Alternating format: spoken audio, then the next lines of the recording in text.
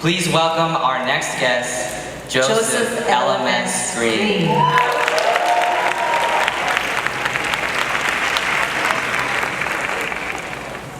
So I was nervous. I asked them, was it okay for me to say a curse word? And then I got here and I saw the dancing. And I don't speak body language fluently, but they've been cursing up here all night.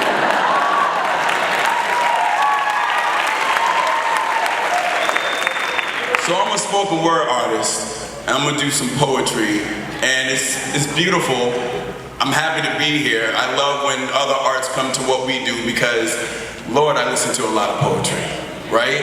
But I was like, I wonder, has anyone ever made the statement, you know what this dance competition needs? A poem? Well, that's what you're gonna get. My name is Joseph LMS Green. If you've ever been to a poetry slam or an open mic or anything of that sort, you know that this is not a quiet affair. If you enjoy what you hear on stage, you are supposed to reciprocate that energy. So, yes. One of the things you can do, you can snap, everybody snap. If you hear a line, you're like, oh yes, the biggest box of Rice Krispies in the world. You can say word, everybody say word. You can make that sound you make when you have a delicious piece of chocolate. You knew what it was, I didn't even have to tell you. And my favorite thing, invented by the gentleman who is normally standing here, his name is Amin Drew Law. You can take the word she, and you can take the word Jesus, and if you feel something that makes you feel particularly holy, you smush it together, and you say, Jesus. On the count of three, I need to hear your best Jesus. 1, 2, 3. Jesus. There it is. And here's a poem about me when I was little and couldn't dance.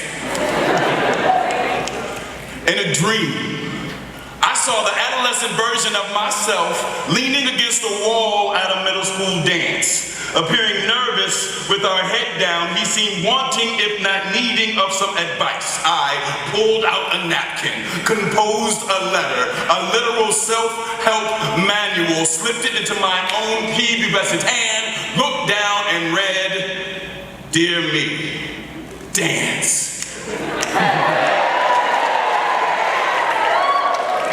Though you will not be good at it until your early 20s.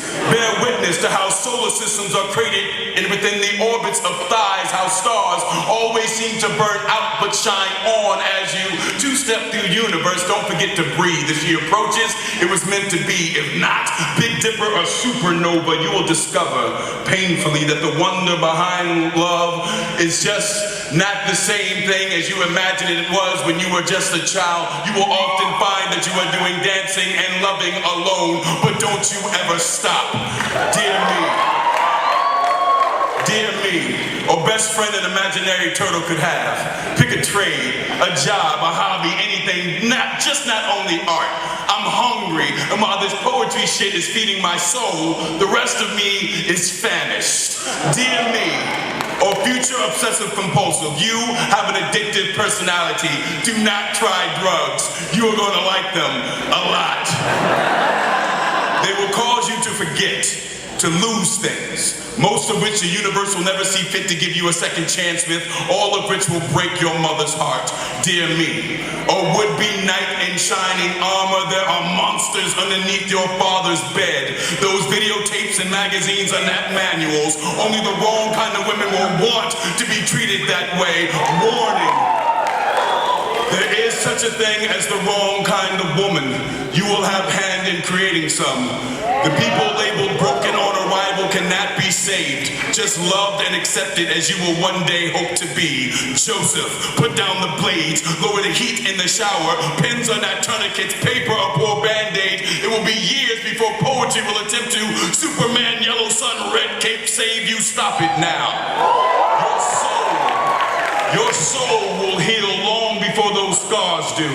Dear four-eyed oracle, some wounds won't heal magically with mother's kiss. Won't make sense for years to come. This is just a writing exercise. If I could actually give you life and a manuscript, the instructions would simply read, only change the parts where you hurt people. Everything else is miracle. Besides, what's the worst that could happen? You grow up to be me, a shattered but mending, sometimes unemployed, literary freestyle specialist with a vampire's thirst for the universe's lifeblood. And young man, I have loved you all along. Sincerely, Joseph LMS Green.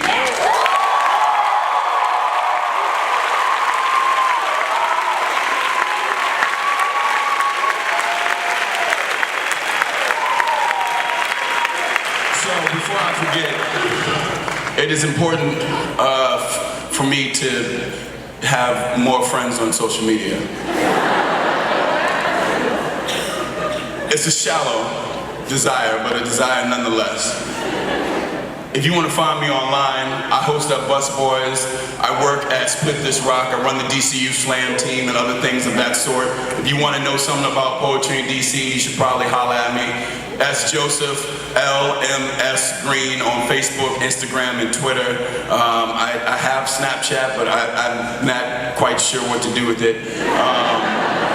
I like watching other people's stories, but it's hard for me to believe that anybody is watching my story, especially now that you have Instagram. Guess what? The next poem has nothing to do with social media. Here's a poem.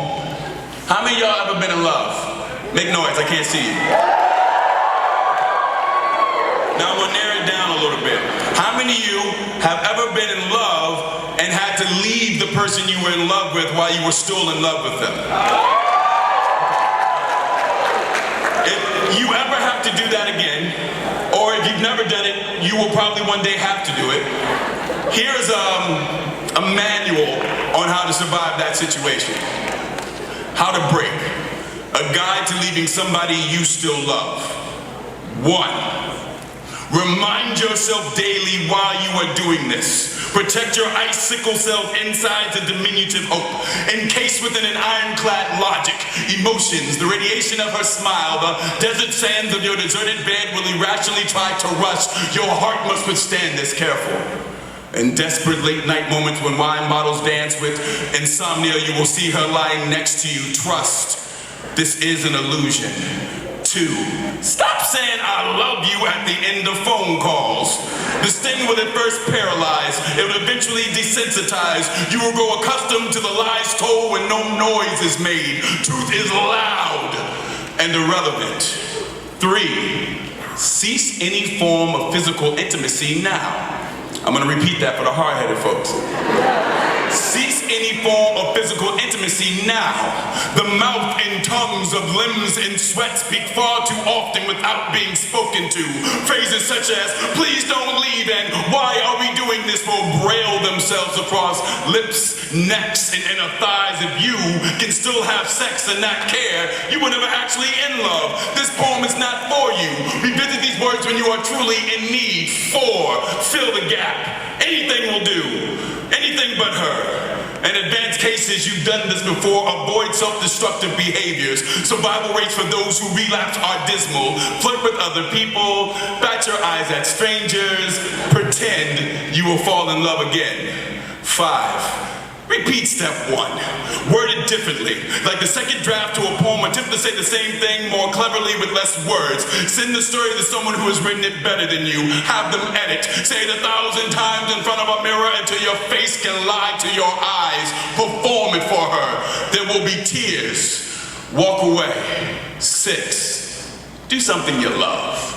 It should be that thing you said you would do more of after she was gone. Inspire all with your brilliance out and make believe she was never your muse. If you fail, blame it on her distracting memory. 7. Fuck it. Move to upstate New York.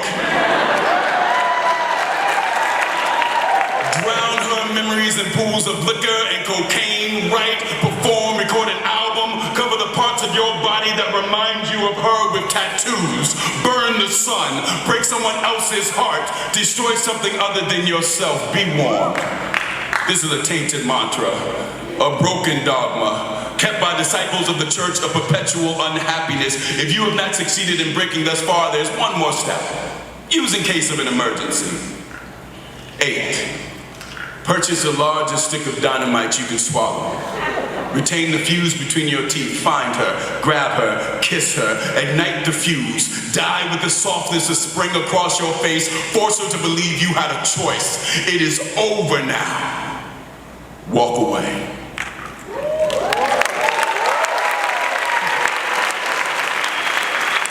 I got one last poem, and I'm leaving. Tired. See this Louder Than the Bomb right here? This is a youth festival for spoken word poetry that's happening throughout the DMV right now. This is like my day job, and I've been at that all day with the young folks. So again, if you want to know more about what we're doing in these streets, making the world a better place, come and holler at me, Joseph LMS Green. And now for my last poem, I was like, you know, I probably shouldn't go up into like the dance party and get political, but I'm going to have to because it's 45's 100th day and fuck that dude. So.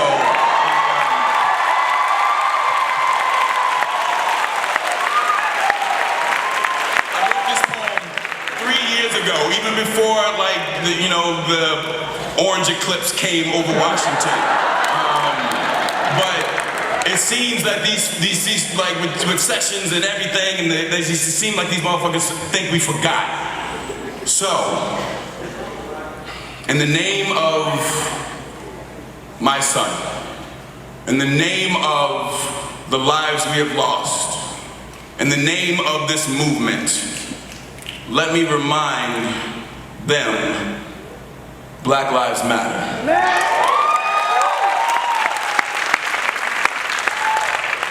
Today, I am doused in guilt, and I don't know what to do with these hands. Facebook and Twitter have informed me that my friends have joined together in digital solidarity to fight for our rights, or your memory, or so this never happens again. Photos from the front line of our most righteous of selves, inspirational memes and hashtags.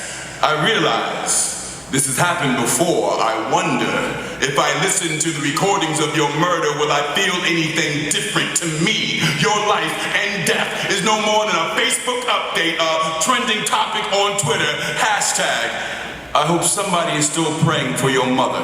Hashtag, insert your child's name here. Hashtag, all black bodies look alike until they're murdered. I am overwhelmed by the irrational rantings of a society too busy arguing about whether or not black lives are important enough to fight for, to actually fight for black lives. But as I stand here ranting, I realize it's because I don't know what to do with these hands that must hold and protect my son.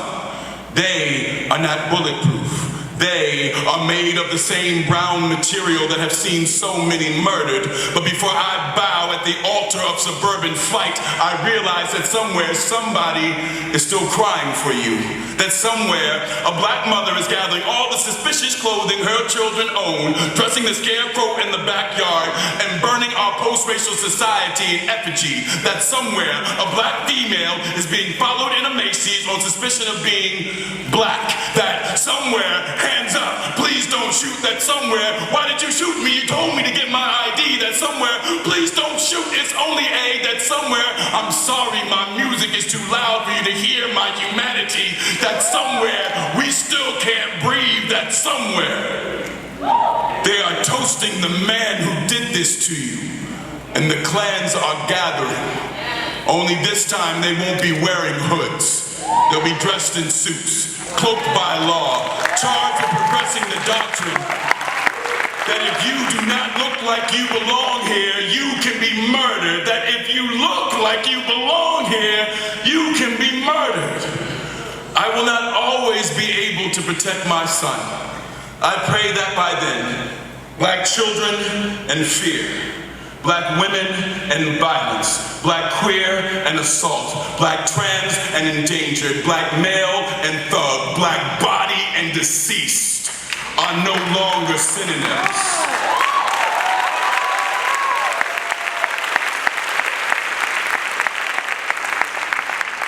At night, when I take my 3-year-old son's clothes off, I say, "Hands up, Henry." He thinks we are playing a game. I pray that when his time comes, he will know what to do with his hands.